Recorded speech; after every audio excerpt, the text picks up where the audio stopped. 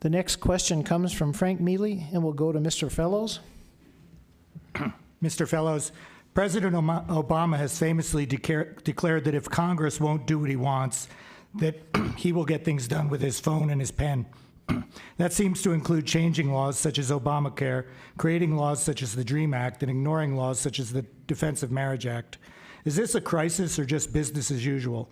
Can Congress force the executive branch to enforce existing laws and to prevent the president from legislating with his pen? And if so, how?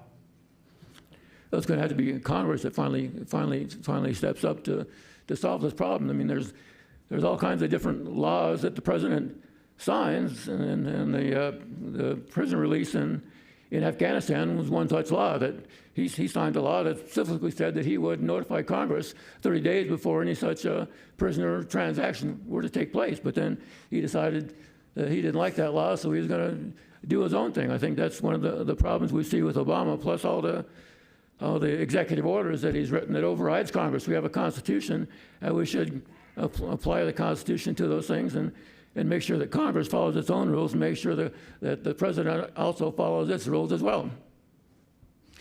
Mr. Lewis, your answer? Frank, your point is a direct result of Congress's inability to do its job and do the job of the country, work together and find answers to this stuff. And I see a real rural-urban divide in Congress and in Washington, D.C. And unfortunately, when Congress is just paralyzed and not doing anything, then unelected bureaucrats in D.C. make decisions about what happens in rural America. And places like Montana pay the biggest price of that. And that's when you see cuts to things like Amtrak and Essential Air Service and different things that we depend on in Montana. And we need an advocate at the table for rural America. And Congress has got to get its act together and solve these issues so that the executive branch isn't making all the decisions for rural America. Mr. Zinke, your answer? Well, John, I'm going to disagree with you a little. I don't think there's any justification whatsoever for the abuse of power, and what I think is the dismantling of American power, both domestically and abroad, by this president.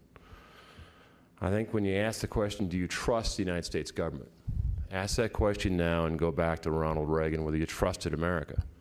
Now listen, I've fought in a lot of countries, and I've seen what happens when a people no longer trust their government. The United States is pretty close. I mean, I want to see accountability back. I want to see stop the abuse of executive overreach. I do want to see Congress work harder and smarter to make sure we honor individual freedoms, honor our Constitution, and bring government back to where it should be. Government should be working for us. We are the people. We are the people that the government has to be accountable to. But when the government decides by executive power to abuse, to harass, to spy, and the list goes on, then the government's out of control. But I'm an optimist. I think it can be fixed. Because it isn't the Cold War we face, it isn't the Russians, it isn't the Chinese, it's us. We did it. We allowed it to happen, and certainly I think we're strong enough to fix it. Mr. Fellows, your response?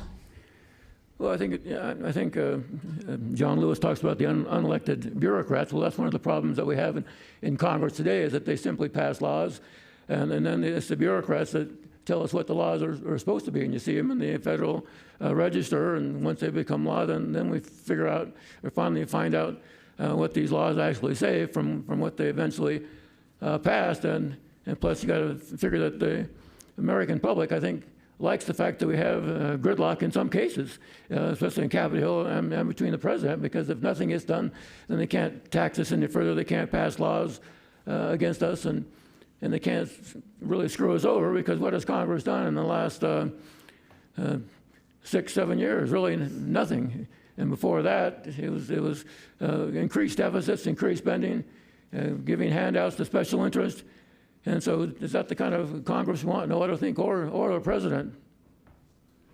Mr. Lewis, your response? Well, top-down solutions, one-size-fits-all solutions from bureaucrats in D.C. don't work well for Montana. We need Montana solutions.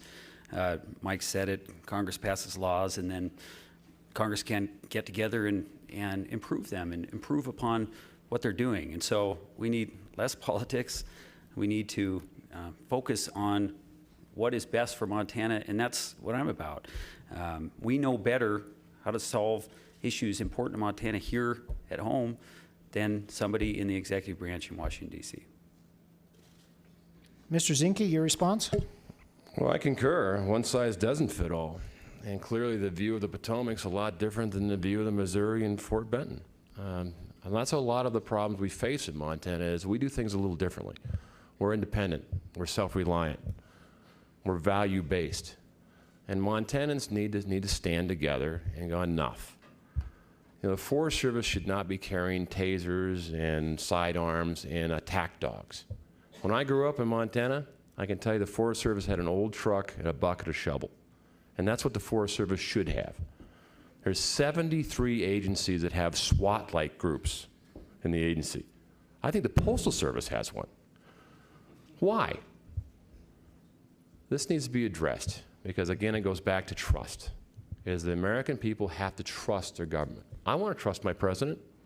When my president gives a State of the Union address, I want to say, yes, it's truthful. And right now, I'm not getting that. And we need to hold everyone accountable, Congress and the executive.